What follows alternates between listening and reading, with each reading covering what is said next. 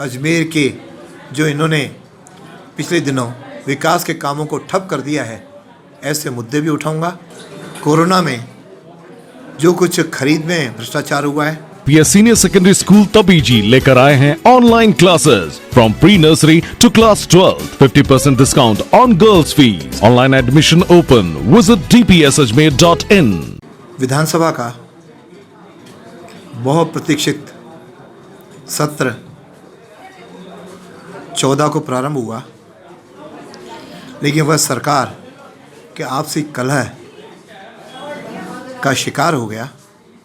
सरकार ने उस समय विश्वास मत का प्रस्ताव रख करके बहस को उस तक सीमित कर दिया।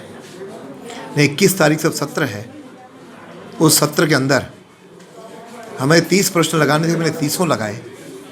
उसे सरकार को घेरने के लिए कोरोना में जो कुछ खरीद में भ्रष्टाचार हुआ है, जेल एंड हॉस्पिटल और कोविड सेंटर की जो अव्यवस्था रही है, और साथ में अजमेर की पानी की समस्या है, सड़कों के बेहाल हैं, जो बड़े बड़े खड्डे, उस मुद्दे को भी मैंने ध्यान आकर्षण प्रस्ताव के रूप में खड़ा किया है।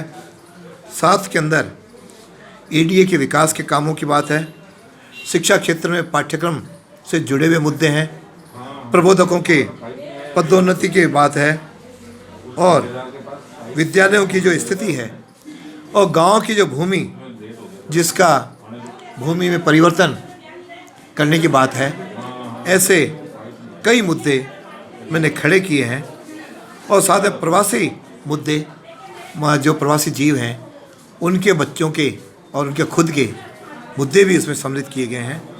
और साथ के अंदर लॉकडाउन के कारण जो परिवार प्रभावित हुए, ऐसे मुद्दे मैंने खड़े किए हैं, जिसे निश्चित रूप से सदन जितने दिन चलेगा, सरकार को अजमेर के जो इन्होंने पिछले दिनों विकास के कामों को ठप कर दिया है, ऐसे मुद्दे भी उठाऊंगा। राज्य स्तरीय भी मुद्दे उठा करके जनता की समस्याओं को उजागर करूंगा। सरकार ने पूरी तरह विकास को अवरुद्ध कर दिया है, रोक दिया है। इवन यहाँ तक कि विधायक कोष को भी उन्होंने सीमित कर दिया है, न खुद कर रही है न किसी को करने दे रही है। और अजमेर की सड़कों पे तो 6 इंच से लेकर के 5-5 फीट के खड्डे हैं, कोई संभालने वाला नहीं है।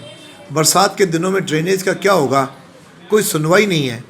तो ऐसी दयनीय स्थिति को विधानसभा उठाएंगे। सरकार केवल अपने सत्ता लोभ और सत्ता मद में चूर होकर के अपनी सत्ता को बचाने के अंदर 32 दिन तक उन्होंने अपने विधायकों को और मंत्रियों को एक बाड़ेबंदी में बंद कर दिया।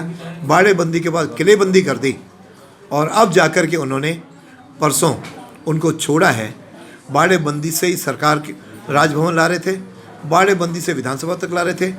ऐसी सरकार जो जेल के अंदर बंधक बना करके जनप्रतिनिधियों को रखे, हालांकि ऐसी सरकार से कोई उम्मीद नहीं है, लेकिन लोकतंत्र में उन्होंने केवल सिर गिना दिए, लेकिन जनता को पूरी तरह ये उसका विश्वास खो चुके हैं।